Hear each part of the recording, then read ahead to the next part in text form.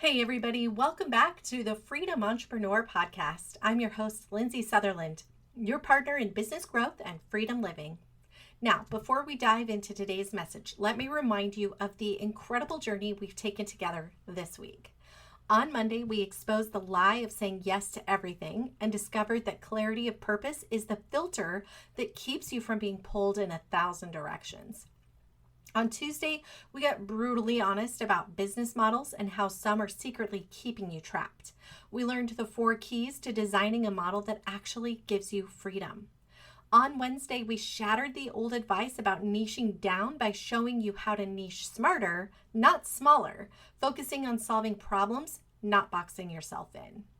And on Thursday, we blew up the SMART goal myth. Instead of chasing arbitrary numbers, I gave you the 3 C's: clarity, commitment, and consistency to make freedom a lifestyle, not just a dream. If you haven't listened to those yet, binge on them this weekend. They build on each other, and together they'll shift the way you see your business and your life. Most entrepreneurs think freedom starts with more doing, but the truth is it starts with being present.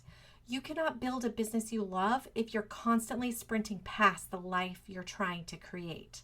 And that's the part most people miss. But let me tell you something. None of those strategies matter if you're still stuck in the same old mindset. You can design the perfect model, you can pick the smartest niche, even follow the 3 C's to the letter. But if you're living as a human doing instead of a human being, you'll stay trapped. And that's the shift we're making today. This is the piece most entrepreneurs miss, the forgotten key that changes everything. And once you see it, you'll never look at your business the same way again.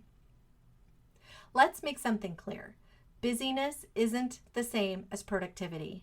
Busyness is saying yes when you should have said no, confusing activity with progress, chasing every opportunity instead of filtering for the right ones, proving your worth by output instead of alignment. Busyness is often just fear in disguise. Fear of slowing down, fear of missing out, fear of not being enough. But here's the kicker. Busyness doesn't build freedom. It builds a prison that looks like achievement on the outside while draining you on the inside. What does presence really mean? The word presence simply means to come back, not to hustle harder, not to tack on another productivity hack, not to pile on more tasks, just to come back to awareness, to clarity, to the version of yourself that isn't defined by the to-do list. And that's where the real transformation happens. Before you can lead your team, scale your systems, or chase new opportunities, you must be willing to see yourself clearly. Where are you running on autopilot? Where are you chasing numbers instead of a vision? Where are you proving instead of leading? Where are you filling your calendar because empty space feels too uncomfortable? When you see it, when you truly feel it, when your heart admits, I can't keep living like this, that's when the shift begins. There was a season when I measured my worth by how many boxes I checked. Every morning started with a long to-do list, and every night ended with me staring at what wasn't finished. No matter how much I accomplished, there was always more to do, more to prove, more to chase. And because there was always more, I consistently lived in this quiet place of not enoughness. Not enough progress, not enough results, not enough of me to go around. It felt like a treadmill I couldn't get off of, running hard, sweating, hustling, and still staying in the same spot. But then something shifted. I realized life is not a straight climb up a mountain. It's not black and white. It's a constant evolution of seasons. There are seasons of success when everything flows. There are seasons of growth where it feels hard, but you're being stretched. There are seasons of winning, and there are seasons of losing. And suddenly it hit me. It doesn't matter what season I'm in, as long as I'm clear on my vision and I'm taking consistent action toward it. That's when I cannot fail. Because progress isn't about perfection, it's about alignment. When you know where you're going and you keep showing up, every season serves you. And the same is true for you. If you're in a season of struggle right now, it doesn't mean you're failing. It means you're being shaped. If you're in a season of success, celebrate it, but don't let it define you. Seasons change, but your vision, your clarity, your consistency, that's what makes you unstoppable. So take a moment this weekend and be present.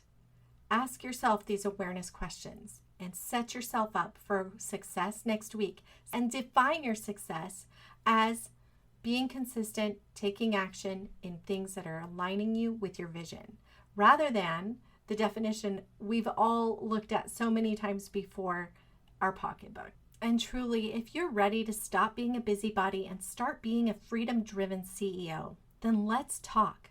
In just 15 to 20 minutes, I can help you uncover the hidden inefficiencies that are costing you both time and money in your business.